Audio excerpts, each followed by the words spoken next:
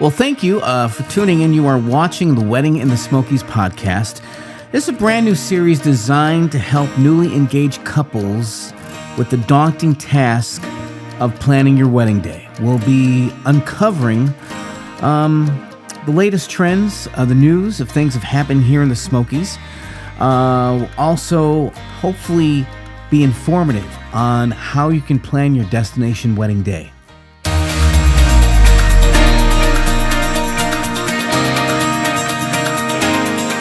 In 2017, the Smoky Mountains ranked as the second destination spot to get married in America.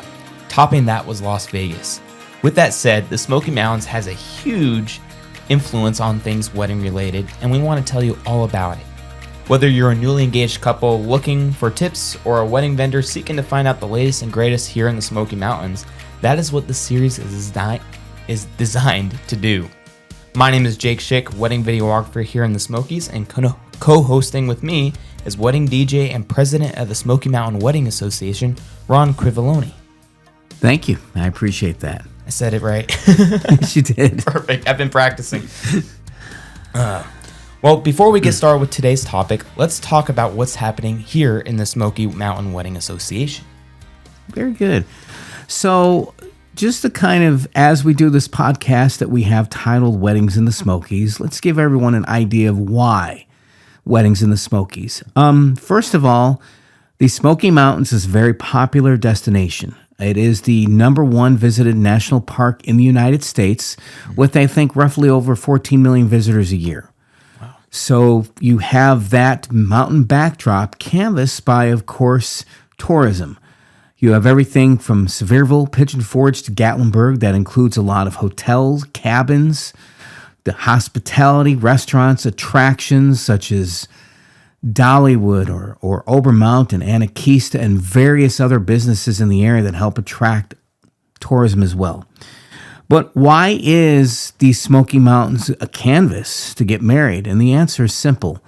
You've got the beauty of the mountains. You've got the beauty of nature that surrounds the area. I mean, destination weddings have tripled in the last few years just because of the landscape of where they're located, the visibility of how easy they can be to get to, especially the Smoky Mountains. We're close to 2/3 of the population driving distance, but also we're becoming more viable via air. With more companies realizing there's a huge destination market that's been untapped. What else makes it easy? Well, the answer is because it's a destination, people find that having a destination wedding allows them a little more flexibility in that they can get married any day of the week, as we have marriages pretty much 7 days a week once the season begins. So therefore, it makes it, I'd say, viable for people to come in and enjoy a long weekend, but they're here for wedding and they can come here and go, oh my God, look at what the area has to offer. It's a great place to have a honeymoon too, so you're already getting married here. Exactly. What also brings to the table is the beauty, is the, realizing that if you come from an area like, let's say, New York or California or New Jersey or even a Chicago, you're still going to pay some big dollars here, but not quite what you would pay if you were having the weddings back in those areas. So even though the market has grown for that, it's still relatively, for the most part, budget friendly, I would say, to get married in the Smokies. Also, it's easy because we're one of the states that make it easy to get a marriage license. Because the state also does a lot of elopements. Yep. So I think from that standpoint, that's what makes the area attractive. And especially the last 5 or 6 years, the area has grown with the number of cabins that now can host weddings, the number of venues, the number of places and areas that are available for people to get married. And of course, weddings in the national park itself has grown from what used to be a few hundred to over 1,000. Yeah, there's a lot of opportunity for couples who want to get married here in the Smoky Mountains. And again, not only do you get the opportunity to get married out here, but then you also have plenty of attractions and places to visit during your honeymoon. So destination weddings seem to continue being a more popular option versus just getting married in your local town or whatnot. Yes.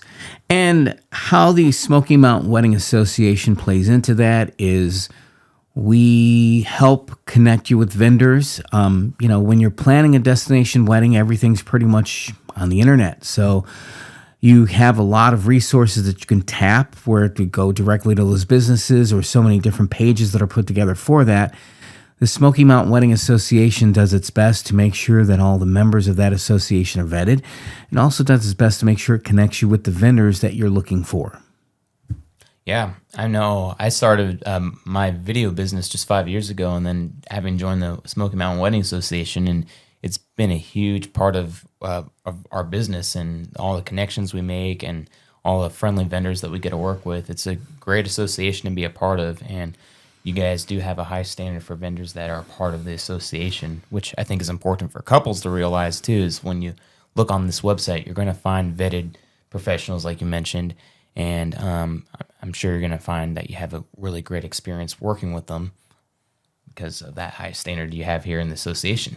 I appreciate that. It's one of the things we do, as someone who a few years ago, I was married again, and even though I knew vendors, there's still a process that goes into the whole marriage process. So it gives you a better understanding of what it's like to be on that side and planning everything. And so because of that, we try and truly make sure that we make it as easy as possible.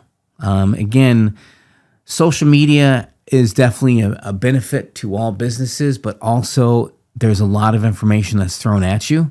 Mm-hmm. And, if anyone who's ever Googled Smoky Mountains or Googled venues or whatever, tons of information comes up.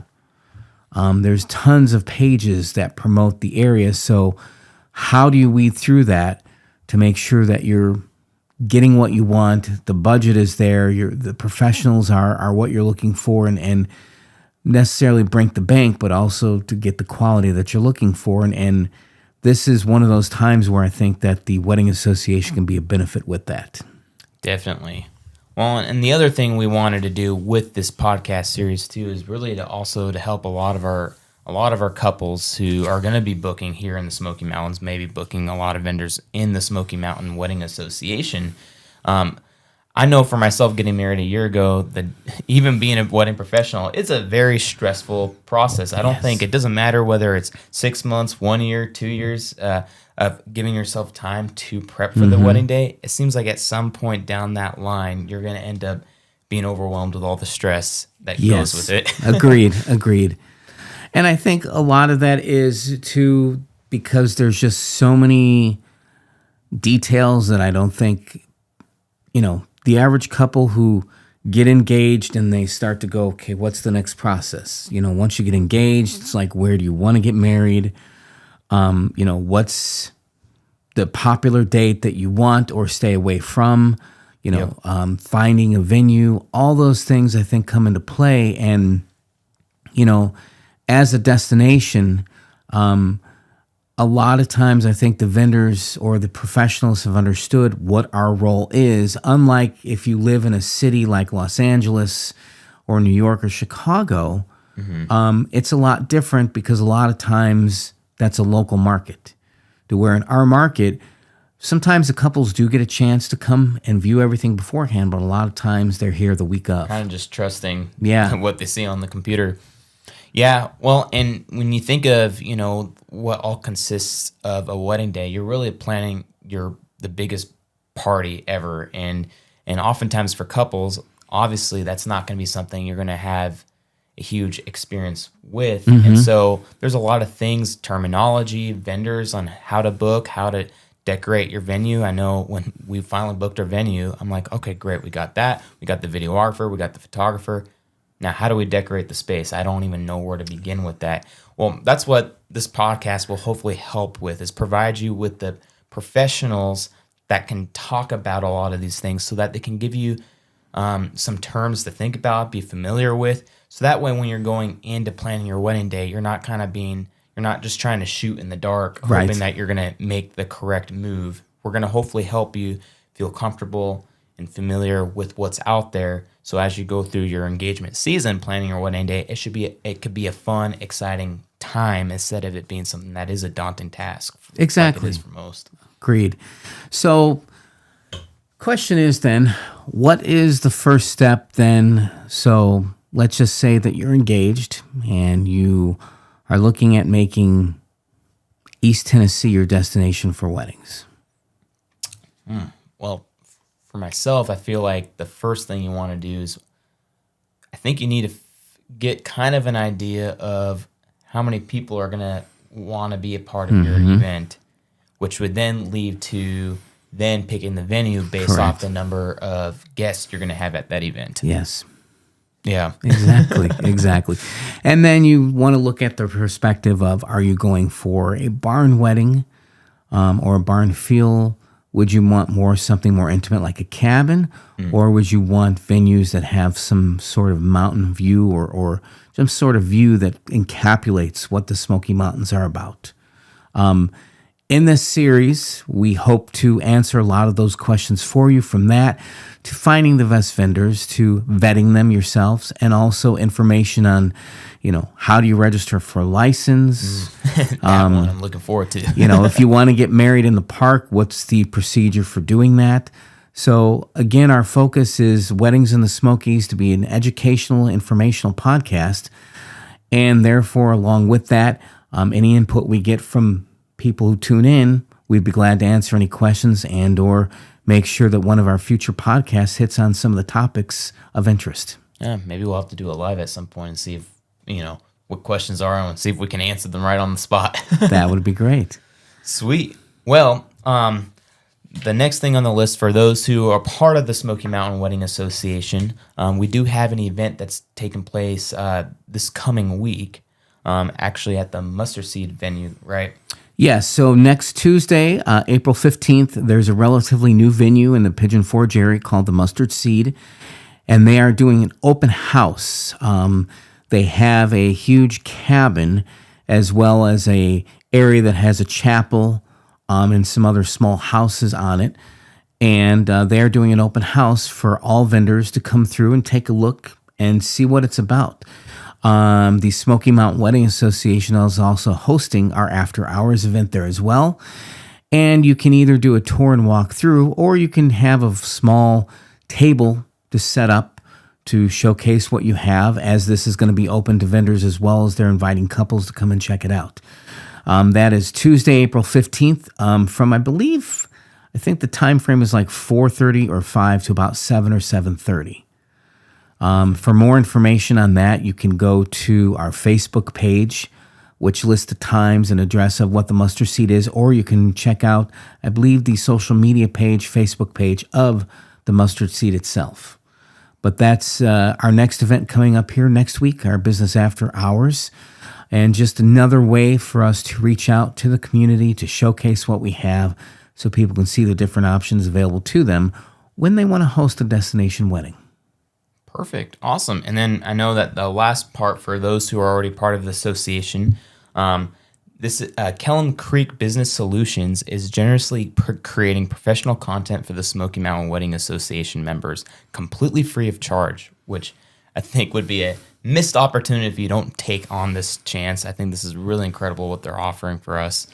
They'll be reaching out via email with details on their next visit. I think they've already actually sent some emails out this last week. So if you haven't got it, make sure to check in your inbox. If not there, if for some reason, maybe check your spam or junk mail or whatnot. But if you don't have a physical location, don't worry. You can arrange to meet with them or send them in content to share with the Smoky Mountain Wedding Association, which I know we're always up for more content to post on the page, share what you've been doing here in the Smokies and what you're providing to your couples. Plus, all created content will be sent directly to you so that you can use it on your own social media sites as well.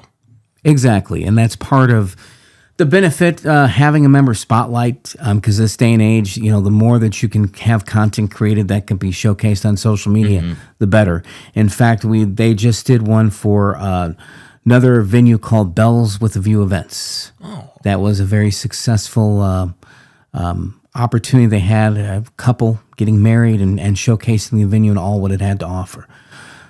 For more information on any of that, you can go to our website at either SmokyMountainWeddingAssociation.com or smwba.com, and we'd be glad to talk with you. Awesome.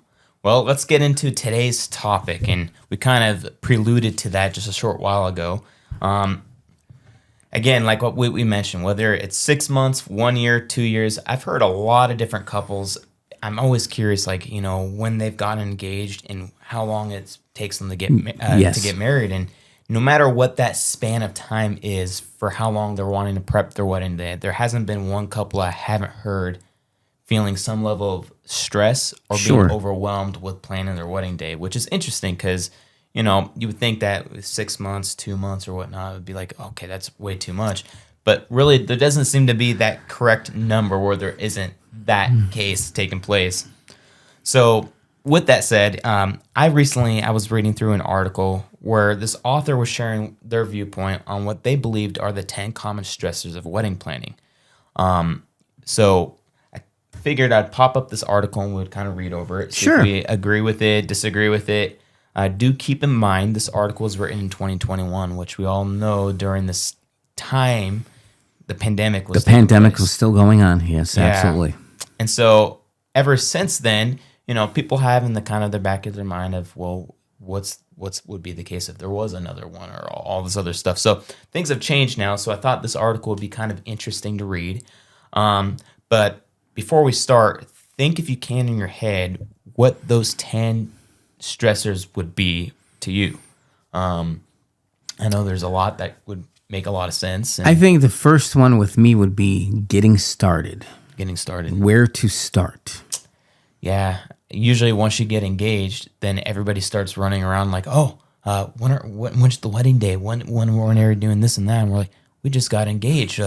We haven't even really thought too much more other than where we're going to eat that night. Exactly.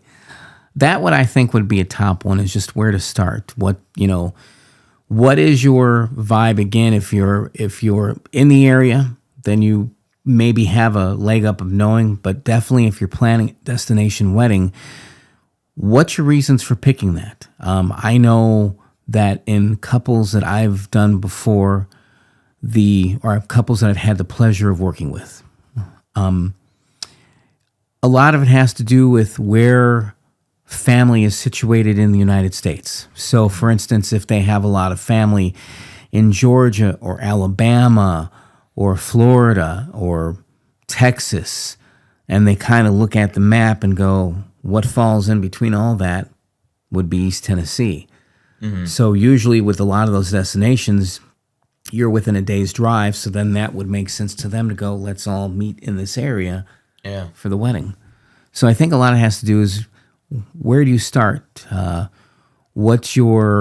there been a dream that you've said, okay, I've always wanted to get married here or see what the area is like to get married here? Yeah. So here are what the 10 common are. I don't know if this is an order of like importance or whatnot, but this will be interesting. And I think it will still apply, especially here in the Smoky Mountains. So the one common stressor they believe is wedding finances. Mm-hmm. The second one they put was actually COVID-19. Now that we've had a pandemic, now the pandemic's kind of in the back of your mind of, well, what will happen if it happened on our wedding day? The third one is the guest list. The fourth one is the wedding dress. Fifth one is finding a wedding venue. Mm-hmm. So I think this is where the order of importance or stress can change a little bit here. Number 6, decision fatigue. 7, family drama. Number 8, your expectations that might not match up to reality. And then the 9th one, deciding on your bridal party. 10th one, not getting help from your fiance or bridesmaid. And that's it. So based off the 10 that they have there, what do you think? Is there any that you agree with, disagree with? I mean, I think the budget is a big thing. I think that you have to be willing to understand what your limits are. Even in the Smoky Mountains right now, I would say that the average wedding price with venue, flowers, photography, videography, bar, DJ, officiant, shuttle, depending on your location, planner, you're probably talking 15 to 20,000, if not 20 to 25,000. Yeah, it seems to be the average. I think that's your average in this area. It could be wrong. Maybe it's a little higher. But I think your average, if you try and plan mostly to do it yourself and then get certain selected vendors, then maybe 8 to 15,000, maybe 20. So I think a lot of it has to do with what is your overall budget? What do you know of importance to you? And here's what I can say about that is, depending on who you are, dress is of importance. Cake, and the food. And of course, from my perspective, I think entertainment, especially DJ, makes the party. It definitely does. So I think that, budget has to be a big consideration in what direction you go in. Because sometimes some venues start at 7,000 or 8,000 or more. So then you have to look at from that point, where are we going to have to go? Do we have to make cuts? But then there's also venues that offer inclusive packages where sometimes in their pricing, all those things are put into that package, which makes that very easier. Yeah, makes it tolerable. So I think definitely budget's a huge consideration, especially now. I mean, the last few months, last 8 months, we've had a crunch when it comes to having expendable income, especially for groceries and other utilities. So I think even now, budget's still a big factor. Yeah, and I guess just to kind of keep in mind, especially at least when my wife and I were planning our wedding last year, it seemed like the biggest budget items that kind of just know was going to be a big bulk of your budget. The venue is going to cost a lot, and catering, I'm surprised but not surprised, but that ended up kind of being like the second biggest thing. Yes. All the guests that you have going to that venue, you have to feed all of them. Yes, you do. Yes, you do. So that's where, you might have to figure out that guest list a little bit and figure out what the right number is with guests before you pick out the venue and then before you pick out the catering. And once you get those two items, then it seems like everything else can kind of fluctuate here and there. But those seem to be the big budget items on the list. So yeah, I agree though. The finances were a big deal. I do kind of think the guest list is a big deal. I know for us, you're trying to bring two families together, and both people have a lot of guests that they want to invite to their wedding day, but then again you have those finances you have to stick with, and so trying to invite everybody you want, but also not go over budget, and also try to not offend people who may have not been invited to the wedding day. That to me makes sense to be a very big stress item on there. The one thing I've noticed in my experience with destination wedding is the average seems to be from 75 to maybe 130. You did get those weddings that are maybe 150 or 200, but the average seems to be 75 to about 125. And I think a lot of that has to do with your guests knowing that they'll have to take 1 or 2 days off of work. Is that something they can do? Because that is a commitment. It's not like we're in our hometown and we're driving an hour away. Yeah. This is a commitment of, are you driving in? Are you flying in? Especially if you're having it over a weekend, are you able to get on a Thursday, Friday for the wedding Saturday, and then you have to go back Sunday? So I think from a destination standpoint, that's the average I've seen. Again, there are weddings that have bigger weddings because we do have the ability to do that in the area. But I've seen that, to me, that just seems to be the average of numbers. Yeah. And I think a lot of it has to do with, people who know they can make the commitment right away or not able to. And they, as time goes on, they say, okay, we'd love to, but we can't. Yeah, I actually I have seen a few couples, and I know we have a wedding in June where the family is actually just going to bring them and their family to the Smokies to do a wedding, and then they're going to come back home and do a big reception or something like that. Which, if budget and guest count is something of a factor, a lot of couples do that sort of thing as well too. And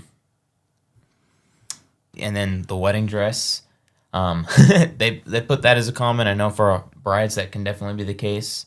I think it also depends on the bride. I've seen many brides who are looking for something simple, something elegant, something different. And, nowadays, of course, you've got your stores, but nowadays it's almost like, just like you can get a tux online, you can get the dresses online.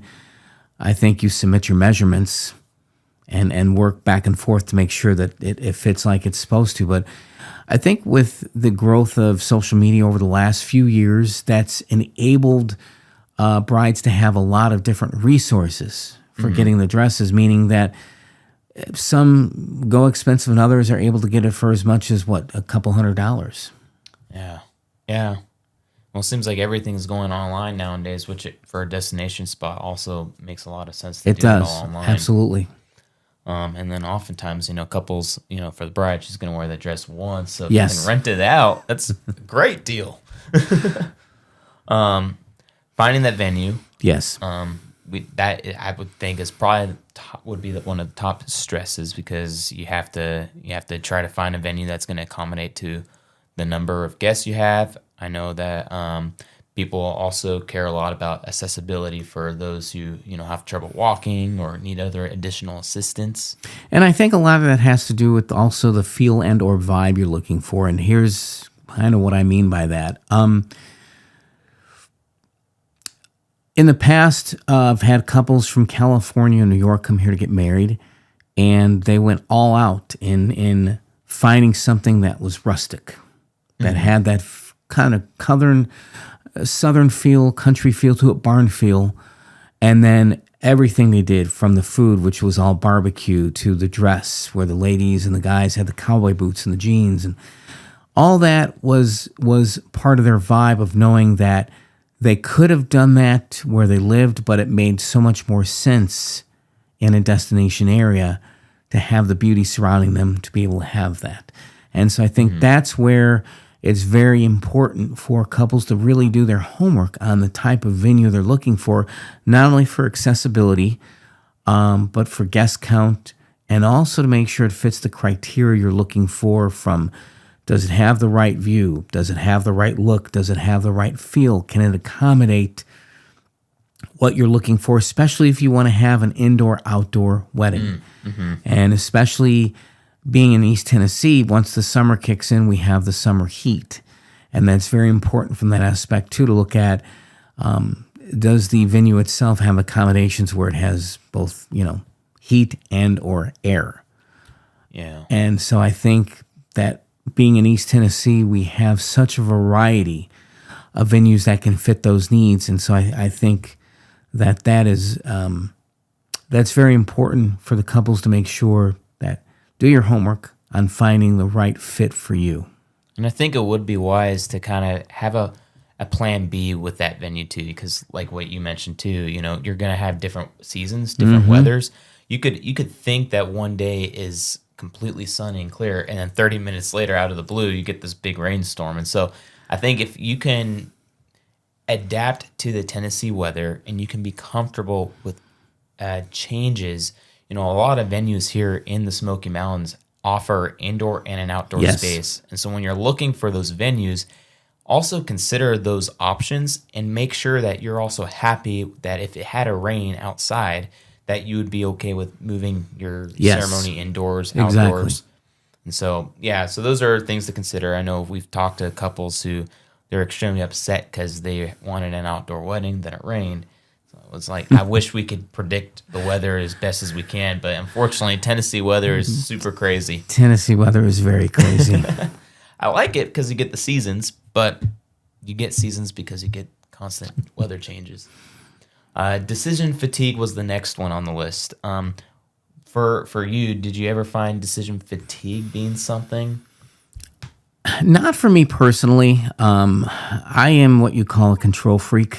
So when Ellen and I got married, I pretty much knew the vendors at the time that I wanted to use, and that's what we did. Yeah. I was just one of those rare guys who kind of had everything figured out, I guess. But, decision fatigue, here's, again, it goes back to this. If you're planning a destination wedding, what I would recommend is if you have a best friend, whether it's going to be a best man or a best friend, whether it's going to be a sister, maid of honor, matron of honor, whoever, or even a family member who steps up and said, how can I help? Let them help you do the homework when it comes to a destination. Let them help you seek out venues. Let them help you seek out wedding professionals. Let them help you seek out places, that will work for what it is you're looking for to get married. Because destination wedding, even with a venue that's all inclusive, there's still a lot of decisions that need to be made and a lot of details that you want to make sure are executed properly. 98% of the time it works out for couples who are planning everything over the internet. There might be that 1 or 2% where things don't work out exactly or something that was promised wasn't delivered. And there are cases of that. And that's why I recommend for a couple, even a friend, if there's no family, even a friend or someone, have someone help you. Even researching out a planner or a day of planner. Find that person who can help take some of that off of you, because when it comes to a destination wedding, it can be nerve-wracking. The fatigue, yes, and also just mind-boggling as far as not realizing there were so many things that you never thought of because of planning a destination wedding. That's advice I can give on that. Yeah, and I think you would be surprised how many people are willing to help as long as you just ask for that help. And yes, like what you said, there is so many venues, there is so many vendors here in the Smoky Mountains. It can get very overwhelming trying to choose through that. But if you have a family member or a friend, at least do some of the selective findings for you.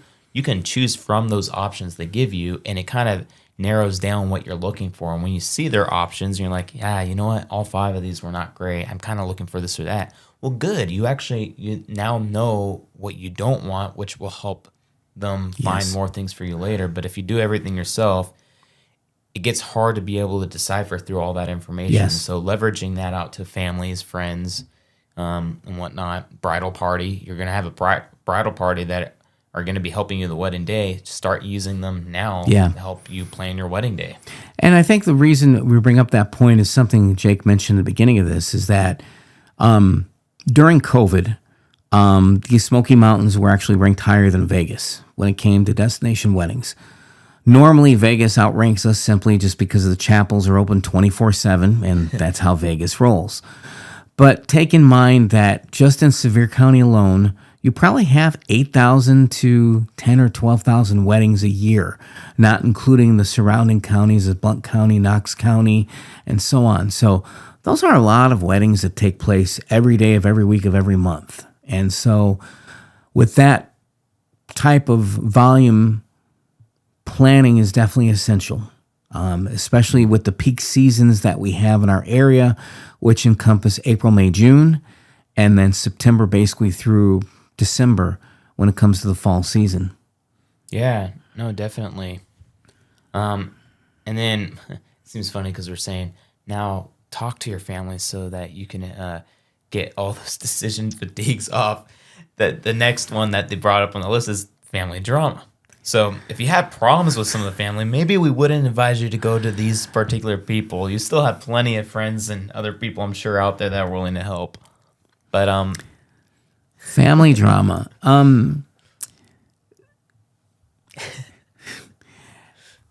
Here's what I've seen is that, so my generation, most of my generation has probably at this point been married for 20, 25, maybe 30 years. I didn't fall in that category. I'm sorry. So now their children are grown and they are helping them plan or helping financially, or however that help is being done. And so you seem to have where they did it 25, 30 years ago, trying to pass on the advice of how it's done now, but realizing that as much as certain weddings are the same, they're different because it's a different time, and not as many want to go with the same traditions as they did 25, 30 years ago. A lot of it is they want to start new traditions or other unique ideas to incorporate because it is their wedding. And so, therefore, in that, I've seen where family drama pops up of, oh, well, you have to do this or you have to do that. And when I speak to couples, my answer is, no, you don't.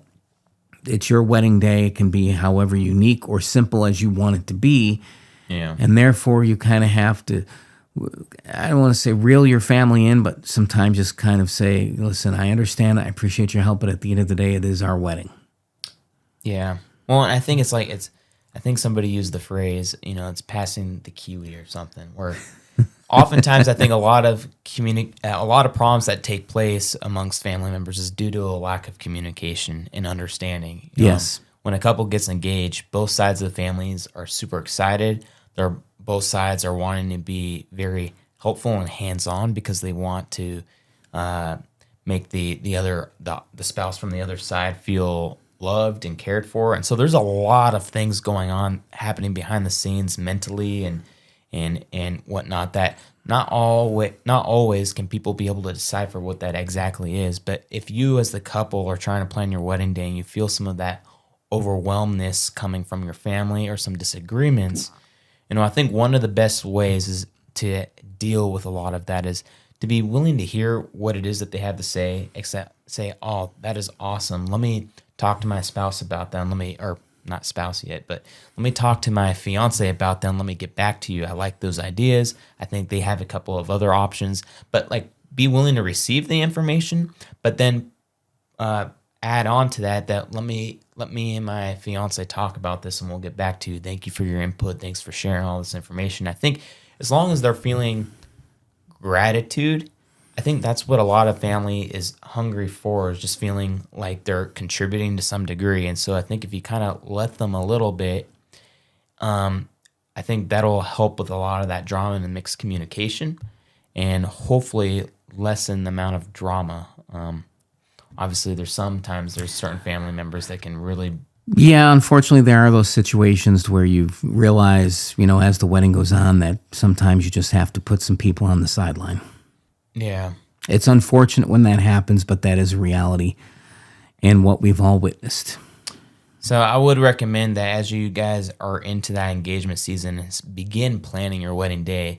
Have a couple of those thoughts in your mind of what can transpire if you do have those family members, and then kind of talk about it with your fiance of, things that you guys are going to do and handle in that situation ahead of time. So when it does come up, you guys could handle it in a way that won't aggravate situations further. But Yes. at least acknowledge it and then go from there.